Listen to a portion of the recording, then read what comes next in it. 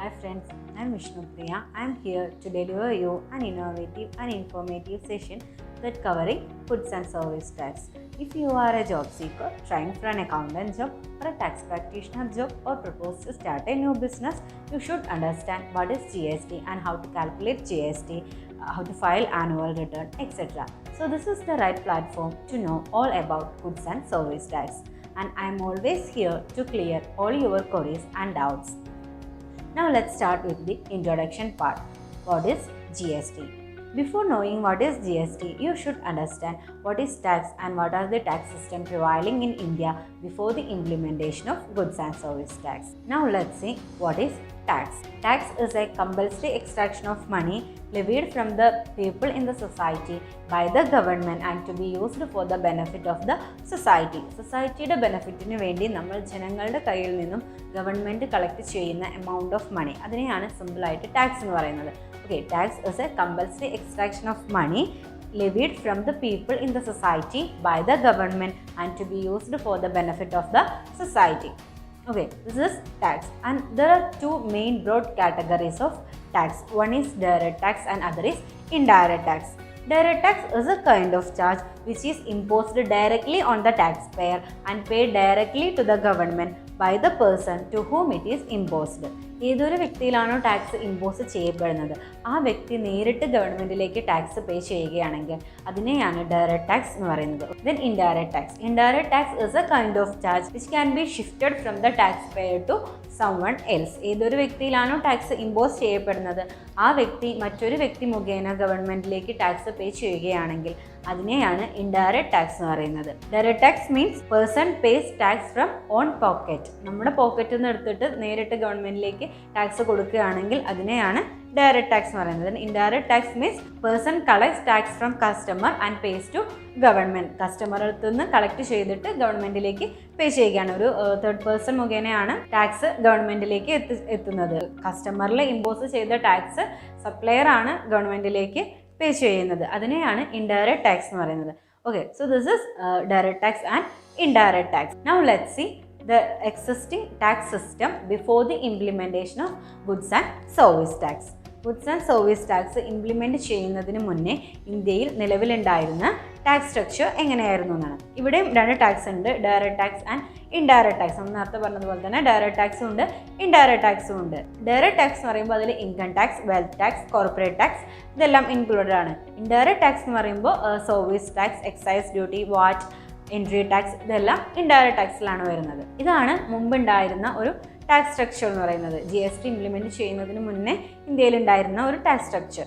Okay, ഇവിടെ നമ്മൾ indirect ടാക്സസിൻ്റെ case എടുത്ത് നോക്കുകയാണെങ്കിൽ നമ്മളിപ്പോൾ എന്തെങ്കിലും ഒരു സർവീസ് അവൈൽ ചെയ്യുകയാണെങ്കിൽ നമ്മൾ സർവീസ് ടാക്സ് ആണ് കൊടുക്കുന്നത്. എന്തെങ്കിലും ഒരു ഗുഡ്സ് റിസീവ് ചെയ്യുകയാണെങ്കിൽ നമ്മൾ സെയിൽസ് ടാക്സ് ആണ് കൊടുക്കുന്നത്. ഇപ്പോൾ നമ്മൾ എന്തെങ്കിലും ഒരു പ്രൊഡക്റ്റ് പ്രൊഡ്യൂസ് ചെയ്യുകയാണ്, മാനുഫാക്ചർ ചെയ്യുകയാണെങ്കിൽ നമ്മൾ എക്സൈസ് ഡ്യൂട്ടി കൊടുക്കുന്നുണ്ട്. സോ നമ്മൾ ഓരോന്നിനും ഓരോ ടാക്സ് ആണ് ഗവൺമെൻറ്റിലേക്ക് പേ ചെയ്യുന്നത്. ഓരോ പേരിലാണ് ഗവൺമെൻറ്റിലേക്ക് ടാക്സ് പേ ചെയ്യുന്നത്. ഓക്കെ, അതുപോലെ തന്നെ ഇവിടെ എക്സൈസ് ഡ്യൂട്ടി, സർവീസ് ടാക്സ് ഇതെല്ലാം കളക്ട് ചെയ്യുന്നത് സെൻട്രൽ ഗവൺമെൻറ് ആണ്. സർവീസ് ടാക്സ്, വാറ്റ്, എൻട്രി ടാക്സ് ഇതെല്ലാം കളക്ട് ചെയ്യുന്നത് സ്റ്റേറ്റ് ഗവൺമെൻറ് ആണ്. അങ്ങനെ ഒരുപാട് ഡെഫിഷ്യൻസീസ് മുമ്പുണ്ടായിരുന്ന ഇൻഡയറക്റ്റ് ടാക്സ് സിസ്റ്റത്തിന് ഉണ്ടായിരുന്നു. ഈ പോരായ്മകളെ, ഈ ഡെഫിഷ്യൻസീസിനെ ഓവർകം ചെയ്യാൻ വേണ്ടിയിട്ട് ഇൻട്രൊഡ്യൂസ് ചെയ്തതാണ് ഗുഡ്സ് ആൻഡ് സർവീസ് ടാക്സ്. ഗുഡ്സിനും സർവീസിനും കൂടി ഒരൊറ്റ ടാക്സ്, അതാണ് goods and service tax.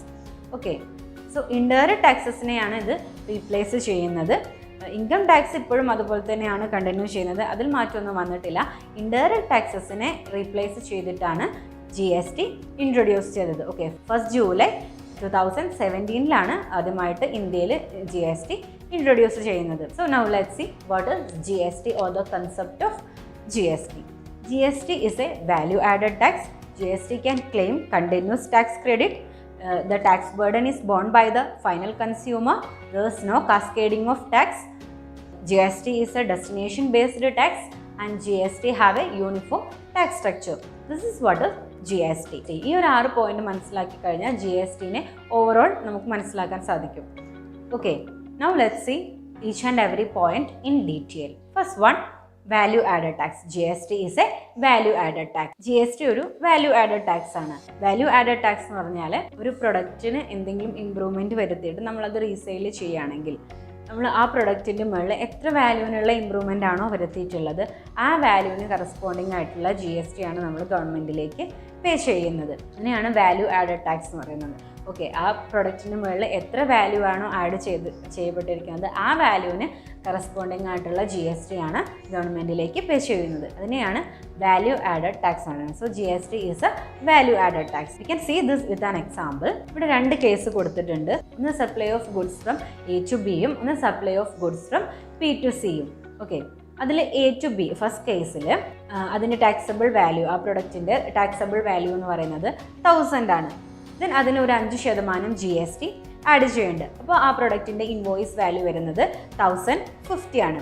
Okay, so mister ബിക്ക് ആ പ്രൊഡക്റ്റ് സെൽ ചെയ്യുന്നത് 1050ക്കാണ്. 50 ടാക്സും 1000 ആ പ്രൊഡക്റ്റിൻ്റെ പർച്ചേസ് വാല്യൂ. ഇനി സെക്കൻഡ് കേസിൽ നോക്കുകയാണെങ്കിൽ മിസ്റ്റർ ബി അത് സിക്ക് സെൽ ചെയ്യുന്നുണ്ട്. ആ ഒരു കേസിൽ മിസ്റ്റർ ബി അതിനൊരു വാല്യൂ അഡീഷൻ നടത്തുന്നുണ്ട്. ആ പ്രൊഡക്റ്റിൻ്റെ മുകളിൽ ഒരു വാല്യൂ അഡീഷൻ നടത്തുന്നുണ്ട്. 500 റുപ്പീസിൻ്റെ ഒരു വാല്യൂ അഡീഷൻ നടത്തുന്നുണ്ട്. അപ്പോൾ അതിൻ്റെ വാല്യൂ, ആ പ്രൊഡക്റ്റിൻ്റെ വാല്യൂ, ടാക്സബിൾ വാല്യൂ എന്ന് പറയുന്നത് 1500 ആണ്.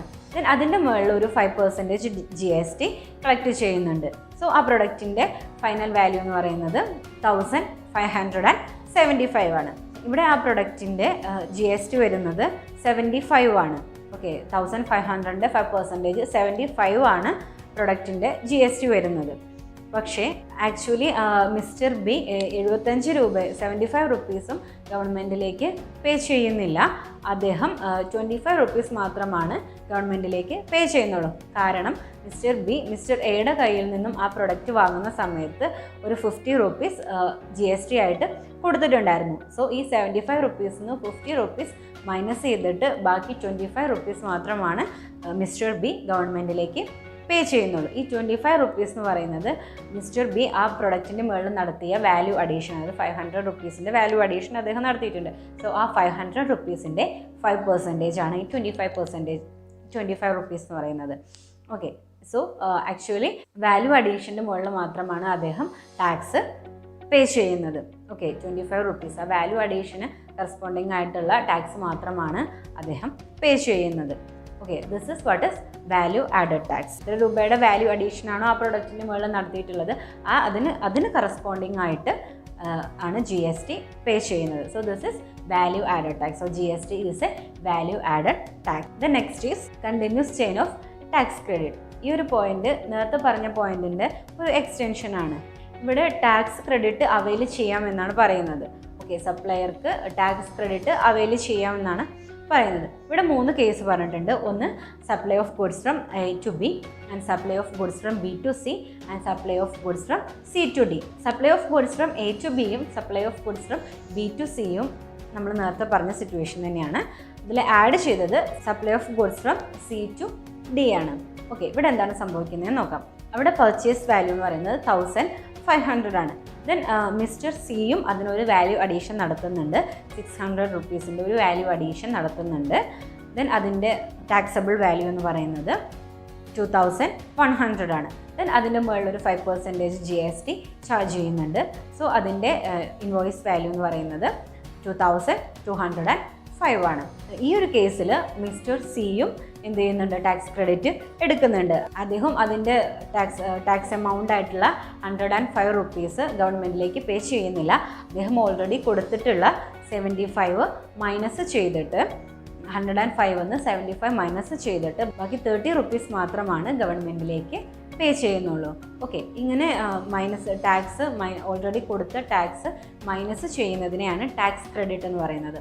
സോ GSTയിൽ നമുക്ക് ടാക്സ് ക്രെഡിറ്റ് എടുക്കാൻ വേണ്ടിയിട്ട് സാധിക്കും. ഈ ചെയിന് നീണ്ടു പോകുന്തോറും ഓരോ സപ്ലയർക്കും അവരുടെ ടാക്സ് ക്രെഡിറ്റ് എടുക്കാൻ സാധിക്കും. ഈ ഒരു കേസിൽ മിസ്റ്റർ ബിയും ടാക്സ് ക്രെഡിറ്റ് എടുക്കുന്നുണ്ട്, മിസ്റ്റർ സിയും ടാക്സ് ക്രെഡിറ്റ് എടുക്കുന്നുണ്ട്. ഇനി ഇതിങ്ങനെ നീണ്ടു പോവുകയാണെങ്കിൽ, ഈ ചെയിന് നീണ്ടു പോവുകയാണെങ്കിൽ സപ്ലയർക്ക് ടാക്സ് ക്രെഡിറ്റ് എടുക്കാൻ സാധിക്കും. സോ ഇതിനെയാണ് ടാക്സ് ക്രെഡിറ്റ് പറയുന്നത്. So GST can claim continuous tax credit.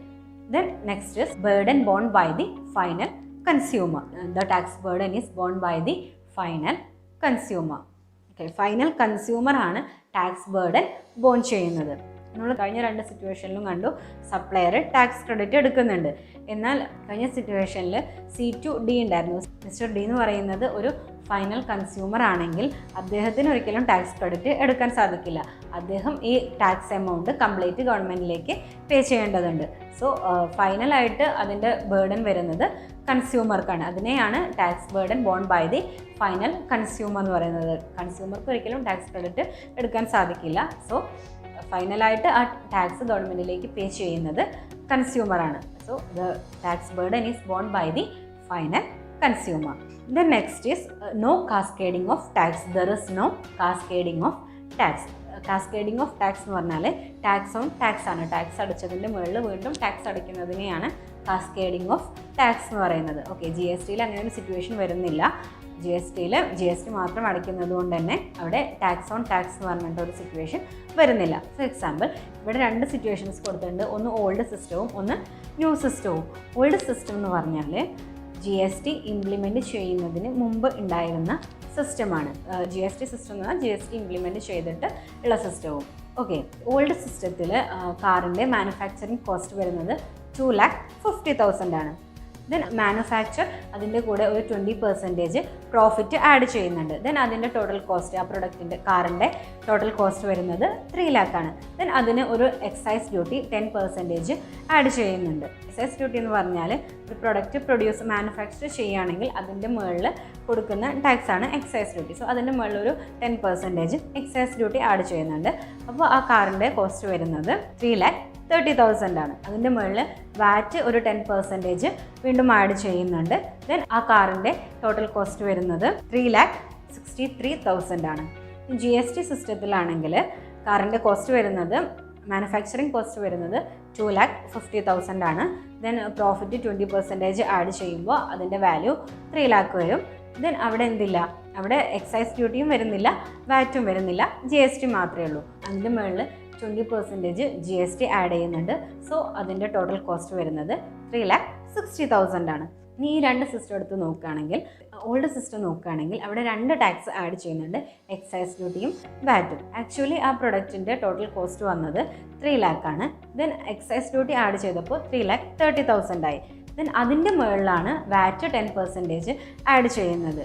Okay, അപ്പോൾ 30,000 എന്ന് പറയുന്നത് എക്സൈസ് ഡ്യൂട്ടിയാണ്. സോ ആ എക്സൈസ് ഡ്യൂട്ടീൻ്റെ മുകളിലും കൂടി വാറ്റ് 10% ആഡ് ചെയ്യുന്നുണ്ട്. സോ ടാക്സിൻ്റെ മുകളിൽ വീണ്ടും ടാക്സ് അടയ്ക്കുകയാണ് ചെയ്യുന്നത്. ഓക്കെ, എന്നാൽ GST സിസ്റ്റം എടുത്ത് നോക്കുകയാണെങ്കിൽ അവിടെ GST മാത്രമേ ഉള്ളൂ. ആ പ്രൊഡക്റ്റിൻ്റെ ടോട്ടൽ കോസ്റ്റായ 3 lakhൻ്റെ മുകളിലാണ് GST 20% ആഡ് ചെയ്യുന്നത്. സോ അവിടെ ടാക്സ് ഓൺ ടാക്സ് എന്ന് പറഞ്ഞ ഒരു എഫക്റ്റ് വരുന്നില്ല. ഇങ്ങനെ ടാക്സിൻ്റെ മുകളിൽ വീണ്ടും ടാക്സ് വരുന്നതിനെയാണ് കാസ്കേഡിംഗ് എഫക്റ്റ് എന്ന് പറയുന്നത്. ഓക്കെ, ടാക്സ് ഓൺ ടാക്സ് അല്ലെങ്കിൽ കാസ്കേഡിംഗ് എഫക്റ്റ് എന്ന് പറഞ്ഞാൽ GSTയിൽ അങ്ങനെ ഒരു കേസ് വരുന്നില്ല. So in GST there is no cascading of tax. Next is destination based tax. GST എന്ന് പറയുന്നത് ഒരു ഡെസ്റ്റിനേഷൻ ബേസ്ഡ് ടാക്സ് ആണ്. ഡെസ്റ്റിനേഷൻ ബേസ്ഡ് ടാക്സ് എന്ന് പറഞ്ഞാൽ 2 സ്റ്റേറ്റുകൾ തമ്മിൽ എന്തെങ്കിലും മൂവ്മെൻറ്റ് ഓഫ് ഗുഡ്സ് നടക്കുകയാണെങ്കിൽ, അല്ലെങ്കിൽ മൂവ്മെൻറ്റ് ഓഫ് സർവീസ് നടക്കുകയാണെങ്കിൽ, ഏതൊരു സ്റ്റേറ്റാണോ ആ ഗുഡ്സ് റിസീവ് ചെയ്യുന്നത് അല്ലെങ്കിൽ ആ സർവീസ് റിസീവ് ചെയ്യുന്നത്, ആ സ്റ്റേറ്റിനായിരിക്കും അതിൻ്റെ ബെനിഫിറ്റ് കിട്ടുന്നത്. ആ ടാക്സ് കളക്ട് ചെയ്യാനുള്ള റൈറ്റ് അല്ലെങ്കിൽ ആ റവന്യൂ പോകുന്നത് ആ റിസീവ് ചെയ്യുന്ന സ്റ്റേറ്റിനാണ്. ഗുഡ്സ് അല്ലെങ്കിൽ സർവീസ് റിസീവ് ചെയ്യുന്ന സ്റ്റേറ്റിനാണ് അതിൻ്റെ റവന്യൂ പോകുന്നത്. അതിനെയാണ് ഡെസ്റ്റിനേഷൻ ബേസ്ഡ് ടാക്സ് എന്ന് പറയുന്നത്. Okay, destination based tax are levied where the goods and services are consumed. എവിടെയാണോ ഗുഡ്സ് ആൻഡ് സർവീസ് കൺസ്യൂം ചെയ്യുന്നത് അവിടെയാണ് ടാക്സ് ലെവി ചെയ്യുന്നത്. സോ അതിൻ്റെ റവന്യൂ പോകുന്നത് ആ സ്റ്റേറ്റിനാണ്. ഇതിനെയാണ് ഡെസ്റ്റിനേഷൻ ബേസ്ഡ് ടാക്സ് പറയുന്നത്. So GST is a destination based tax. Next is uniform tax structure. Uniform tax structure എന്ന് പറഞ്ഞാൽ ഇന്ത്യയിൽ എവിടെയാണെങ്കിലും GSTക്ക് ഉള്ളത് ഒരേ ടാക്സ് സ്ട്രക്ചറാണ്, ഒരേ സ്ലാബ് റേറ്റാണ് ഉള്ളത്, ഒരേ നിയമങ്ങളാണ് ഉള്ളത്. 1 നാഷൻ 1 മാർക്കറ്റ് 1 ടാക്സ് എന്നൊരു ലക്ഷ്യത്തോടെയാണ് GST ഇംപ്ലിമെൻറ്റ് ചെയ്തിട്ടുള്ളത്. ഇന്ത്യയിൽ എവിടെയാണെങ്കിലും ഒരേ ടാക്സ് സ്ട്രക്ചറാണ് നിലവിലുള്ളത്. സോ അതിനെയാണ് യൂണിഫോം ടാക്സ് സ്ട്രക്ചർ എന്ന് പറയുന്നത്. So GST have A uniform tax structure. So this is what is GST. GST is a value-added tax. GST can claim continuous tax credit. The tax burden is borne by the final consumer. There is no cascading of tax. GST is a destination-based tax and GST have a uniform tax structure. Okay, so this is GST. Today we were discussed about what is tax, what are the two different categories of tax, what is the existing system before the implementation of goods and service tax, and what is GST or the concept of GST. So now let's conclude. Thank you.